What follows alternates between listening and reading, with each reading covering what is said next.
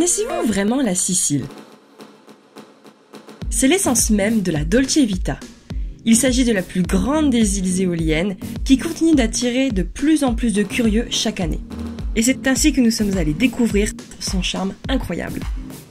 C'est donc en Sicile que je me trouve pour 8 jours. Oui, je sais, c'est très court, mais on va essayer de voir le maximum de choses en si peu de temps. Architecture baroque, village traditionnel authentique, plage à couper le souffle. Cette île italienne a vraiment tout pour plaire. Mais aujourd'hui, ce n'est pas de ces éléments dont je vais vous parler. J'avais envie de mettre l'accent sur une toute autre facette de la Sicile. C'est quelque chose que personne ne doit manquer lors d'un voyage en Sicile. J'ai nommé la gastronomie sicilienne. Vous l'aurez compris, on va parler bouffe, bouffe et rebouffe. Alors bien sûr, vous allez retrouver les immanquables de la cuisine italienne, comme les pizzas ou les pastas, etc.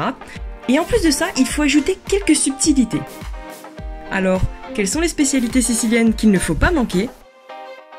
Je commence de suite avec la première spécialité par excellence que sont les arancini. Ce sont les stars de la street food sicilienne.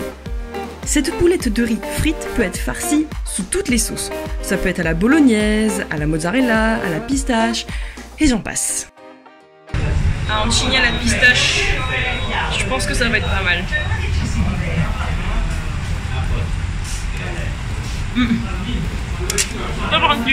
Si vous souhaitez autre chose pour votre pause déj à emporter, sachez qu'il est possible d'acheter des pizzas à la part.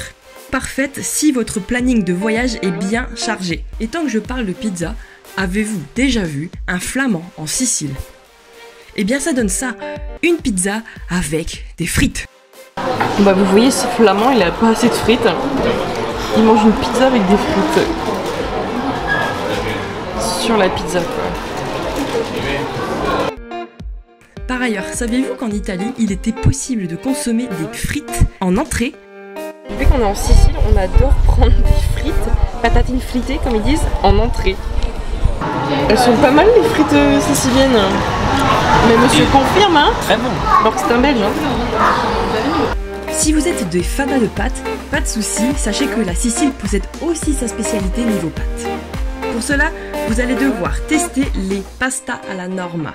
Il s'agit d'une sauce délicieuse à base de tomates et d'aubergines grillées.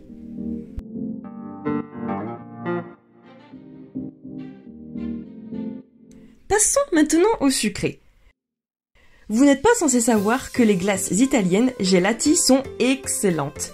Nous vous avons décoté l'une des meilleures adresses de Sicile qui se situe à Palerme. C'est clairement la meilleure gelateria qu'on ait goûtée. Meilleure de meilleure. Pendant notre séjour en Sicile, elle est juste excellente, les gens de plus sont super gentils. Vous pouvez avoir des glaces à la base de crema di pistachio ou des chocolato, donc un peu imitation Nutella. Elle est ouf franchement cette gelateria, si vous n'avez pas l'air, mais goûtez-la. Excellenti. Et que serait un voyage en Sicile sans goûter le dessert local qui est le cannolo? Un dessert palermitain composé d'une pâte brisée frite fourrée à la crème de ricotta. Pour plus de food porn extravagant, vous pouvez toujours vous tourner vers Chocofusion à Catane. Bon ok, on n'est pas sur du très local. Alors vous n'allez certainement pas me croire, mais il se trouve que la Sicile produit elle aussi son propre chocolat. Oui mesdames et messieurs, du chocolat sicilien. La plus ancienne chocolaterie traditionnelle se trouve à Modica.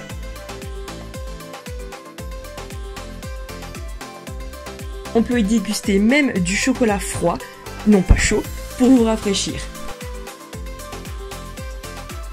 On est arrivé à la meilleure chocolaterie de Modica. Vous voyez, ça c'est la queue. C'est la queue pour aller à la meilleure chocolaterie. Je vous parle depuis ma chambre d'hôtel. très moderne. Petit feedback des chocolats de Modica. Franchement j'adore, moi j'aime bien parce que c'est chocolat noir principalement.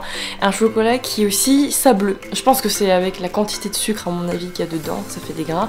Et en fait du coup le chocolat, quand on l'a en bouche, il s'effrite un peu, il se casse facilement, il fond même. Honnêtement je trouve que c'est très agréable à manger. Et enfin, j'aimerais terminer sur le dessert qui probablement était mon préféré, qui sont les granitas. Il s'agit d'un granité rafraîchissant dans lequel on trempe une brioche à la fleur d'oranger. C'est un combo qui est vraiment inattendu, mais je vous garantis que vous allez adorer. Et bien voilà, j'espère que cette escapade culinaire en Sicile vous aura plu et qu'elle vous donnera l'envie de déguster ces spécialités siciliennes. Si vous souhaitez découvrir encore plus de cuisine et saveurs du monde, eh bien je vous invite tout simplement à vous abonner à cette chaîne. On découvre des voyages et on découvre des spécialités culinaires tout en s'amusant. Ciao!